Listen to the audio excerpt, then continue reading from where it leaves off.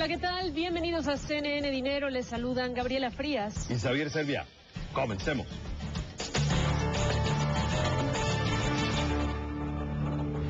Vamos a comenzar con otro récord en la tasa de desempleo que afecta a los países de la eurozona.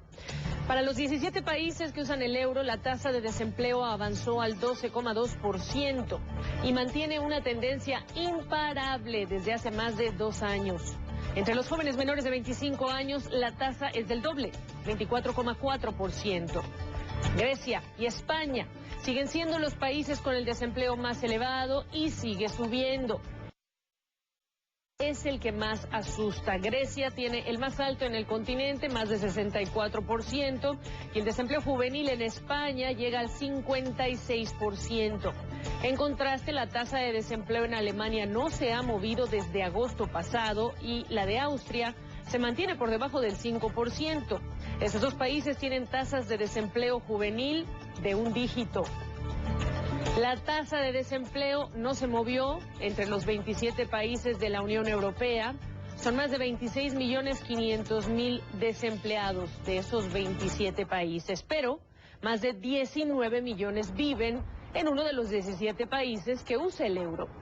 Las autoridades europeas insisten en que las cifras son inaceptables y que debe apurarse el paso para emprender reformas estructurales.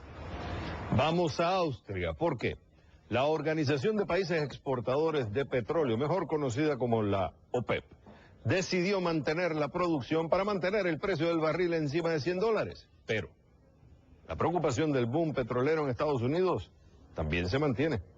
En su reunión bianual, los 12 miembros de la organización decidieron el viernes mantener sus actuales techos de producción en 30 millones de barriles al día.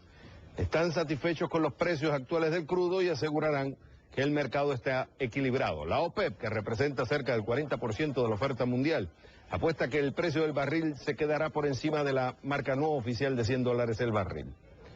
Pero según reporta el Financial Times, el boom en la producción petrolera en Estados Unidos, que ha reducido las importaciones a su punto más bajo en 15 años, dominó la discusión en la reunión. Abdallah El Badri, el secretario general de la OPEP, dijo que los ministros estaban buscando más información sobre la escala del reto que presenta este boom al cartel.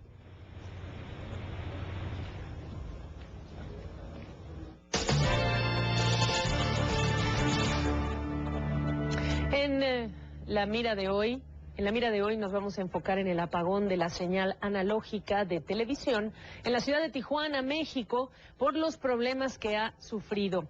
La transición hacia la señal digital terrestre ofrece ventajas: una mejor calidad de audio y video e interacción con contenidos. El espectro que se libera permitirá ofrecer otros servicios y una mayor competencia en televisión abierta. De este cambio comenzó a hablarse en México en 2004. Un decreto presidencial de 2010 programó la transición por etapas y ciudades. Tijuana fue la primera de América Latina. Quienes tienen modelos recientes de televisor no tendrán problemas en la transición, pero el resto requiere un decodificador de señal y una antena. El día del apagón, 14,000 hogares, casi el 7% de lo que es la población en esa ciudad, se quedó sin señal porque no se instalaron los equipos necesarios, no los tenían. La ley mexicana dice que para apagar la señal analógica, al menos el 90% de los hogares debe tener capacidad para recibir la señal digital. El problema se complicó porque en julio, el 7, hay elecciones locales en el estado y la autoridad electoral, junto a la Secretaría de Comunicaciones y Transportes, pidieron a la Comisión de Telecomunicaciones, la COFETEL, que restablezca la señal analógica. ¿Para qué? Para que las transmisiones vinculadas con campañas electorales lleguen a todos. Y antes de presentar a nuestro invitado, queremos su veredicto sobre este tema en nuestra pregunta en Facebook. La pregunta es simple: ¿de qué dependerá el éxito del cambio de la televisión analógica a la digital en América Latina? 1, una buena campaña de orientación. 2, la organización del proceso. 3, ambas. ¿O será un proceso con tropiezos? Te invitamos a participar, pero si prefieres, envía tus mensajes ya a nuestras cuentas en Twitter, @Gfrías y @Xavier Serviá, CNN. Ya llueven las críticas a las autoridades se las acusa de mala planificación, a las televisoras de boicotearlo por sus propios intereses. La Cámara de la Industria de Telecomunicaciones por Cable calificó el apagón como un desastre. El presidente Enrique Peña Nieto también sugirió posponer la transición. José Manuel Martínez, editor de CNN Expansión, nos aclara mucho de los problemas. José, como siempre es un placer tenerte en el programa. Primero, para los que no estamos en México y poder entender, ya está claro que es un proceso, o sea, hasta ahora en papel la organización estaba bastante clara, se va a llevar en un proceso, se entiende que no va a ser fácil llevar la transición. ¿Ellos qué? ¿El proceso establecía que se empezara en Tijuana y de ahí va al sur o cómo es el proceso?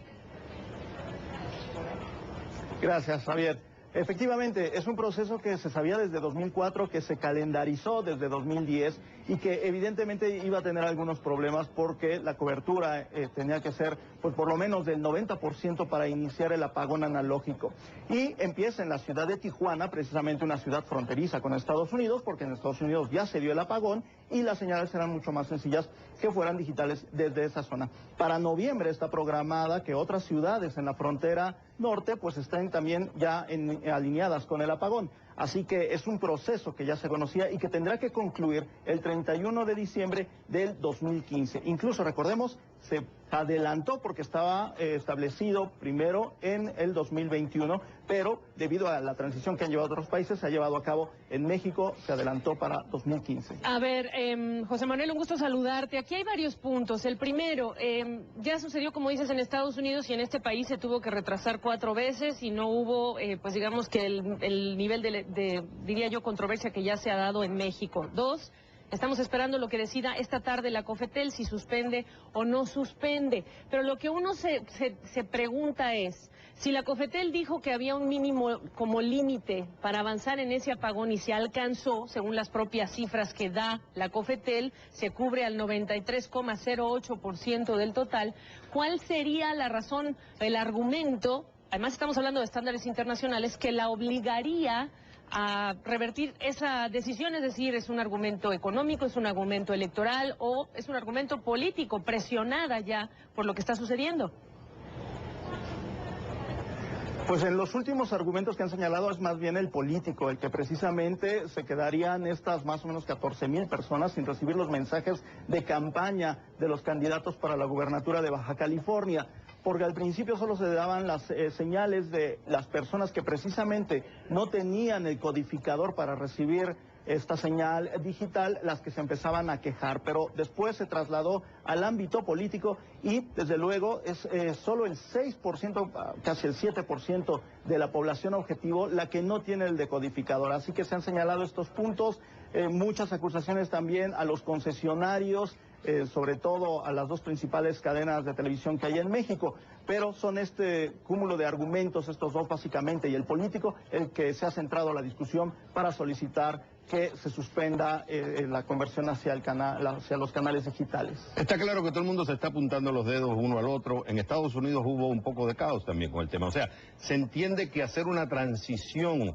con tal envergadura es normal que sucedan abruptos, sucedan problemas. A modo de ejemplo, en Nueva York se reportaron 900,000 quejas. Estamos hablando del estado que reportó mayores quejas. O sea, es normal que suceda esto. Pero lo que estoy tratando de entender, leía que representantes del gobierno acusan que le conviene atrasar todo este proceso a la televisora, específicamente Televisa. Entendemos que Televisa tiene un poder absoluto en el tema de televisión abierta y con todo lo de la reforma en telecomunicaciones, pues uno está tratando de entender es por qué a Televisa le conviene no hacer la transición cuando ellos dicen ya nosotros estamos en televisión digitalizada. ¿Cuál es el argumento del gobierno para basar esa acusación?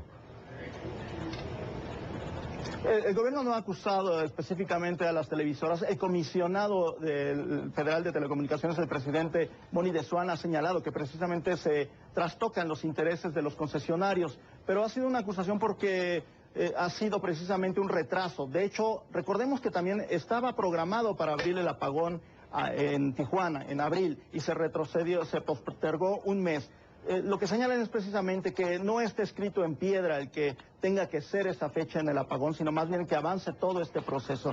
Pero lo importante, recordemos, es que las televisoras van a perder parte de este espectro que se dedicaba a la televisión analógica para que ahora como se ocupa un espectro mucho menor en la televisión digital, las televisoras van a perder parte de este espectro que será administrado según la nueva ley aprobada ya por el Congreso y ratificada por los congresos estatales, será aprovechada para ofrecer otros servicios de telecomunicaciones. Ese ha sido uno de los principales problemas.